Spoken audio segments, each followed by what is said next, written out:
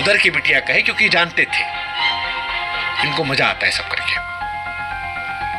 लड़कियों को चावल की बोरी दक्षिणा में चढ़ाई हुई चांदी सोने सिक्का समझ के काम चलाया जाएगा। और यह सोच आज की नहीं है, सदियों से ऐसे ही औरत को हासिल करने की चीज माना आता है। हाँ, बस इस बार दुखद ये रहा कि एक आईएएस अफसर जिसके कंधे पर पूरे जिले की जिम्मेदारी होती है, जिसके एक हस्ताक्षर से हजारों लोगों की जिंदगी बदलती है, उसके दिमाग में बस एक चीज चल रही है, बदला हवस कुंठा। और इसीलिए हम कहे थे ऊपर कि यह अंबेडकरवाद नहीं है, ठरकवाद है, क्योंकि अंबेडकर साहब ने आरक्षण मांगा था समानता के लिए, आत्मसम्मान के लिए, शिक्षा के लिए, नौकरी के लिए, ना कि किसी की बिटिया को दान में लेने के लिए। अंबेडकर ने औरतों को बराबरी का हक दिलाने के लिए लड़ाई लड़ी थी, और ये बिटिया दान मांग रहे हैं। ये अंबेडकरवाद नहीं है, कुंठित ठरकी मर्द की घिनौनी फैंटेसी।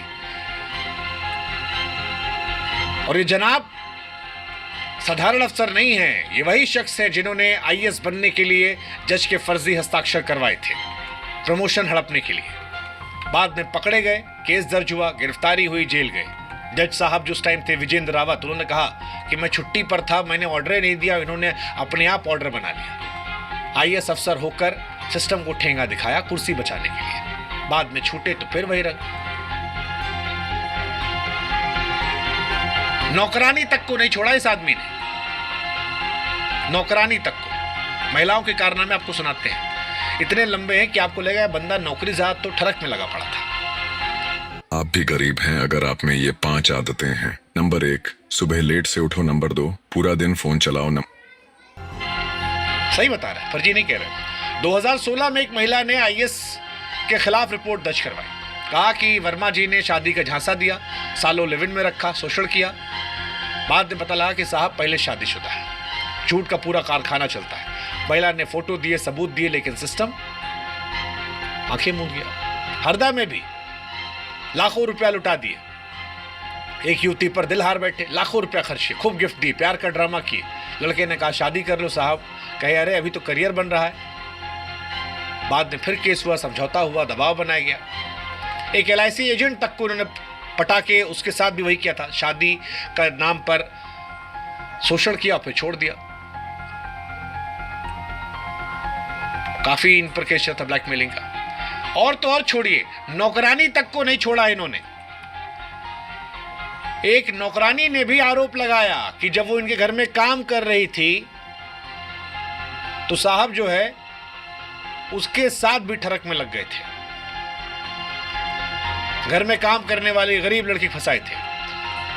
बाद में डिप्टी कलेक्टर बनते ही शादी नाटक रचे और फिर वहां से भाग गए। लेकिन पद था, जान पहचान थी, तो साहब हर बार बचते रहे, बार बार बचते रहे और बच ही रहे। इस बार भी बचे, सो सॉरी कह के बच जाते हैं। अब सवाल यह है कि आईएएस एसोसिएशन को दिखाई क्यों नहीं पड़ता, क्योंकि संतोष वर्मा वो केस है जिसकी फाइलें इतनी गंदी हैं कि कोई हाथ नहीं लगा रहा। इतने मामले हैं लेकिन हाथ नहीं लगाया जा रहा। अब एक तो रीजन ये हो सकता है कि भाई साहब इतना गंदा आदमी है कि कौन कौन सी फाइल देखा जाए, क्योंकि किसी भी सामान्य अफसर पर इतने आरोप होते तो अब तक निलंबन, बर्खास्तगी, जेल सब हो गया होता। लेकिन यहां खामोशी है और यह आदमी खुलेआम समाज की बेटियों को दान की चीज के बाद बेशर्मी से कह रहा है, मंच से कह रहा है, मुस्कुराते हुए कह रहा है।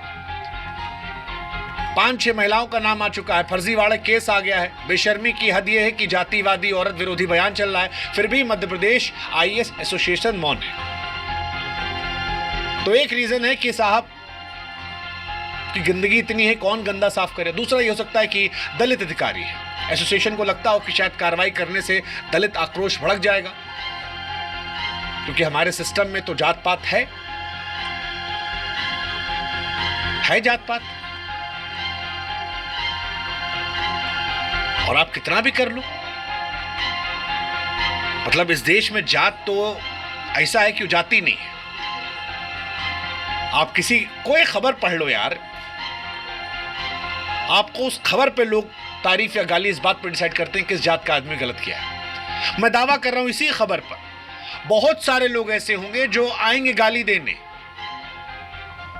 ये जानते हुए कि ये आदमी ठरकी है, ये जानते हुए कि आदमी फर्जीवाड़े कर रहा है, ये जानते हुए कि आदमी नौकरानी से लेकर महिलाओं को शोषण कर चुका है, जानते हुए कि जो बयान इसने दिया वो बहुत गलत था, महिला विरोधी था, ये जानते हुए कि आदमी इनके समाज के लिए कुछ नहीं कर रहा, उल्टा समाज का नाम बर्बाद कर रहा है, लेकिन सिर्फ इसलिए सपोर्ट करेंगे क्योंकि जात का आदमी है। बस यही कहानी है, इसीलिए शायद सस्पेंड हुआ, वरना कोई सामान्य अफसर होता अब तक भाई साहब सस्पेंड होता। फर्जी दस्तावेज बनाने में नौकरी चली आती, लेकिन संतोष वर्मा का माफ है।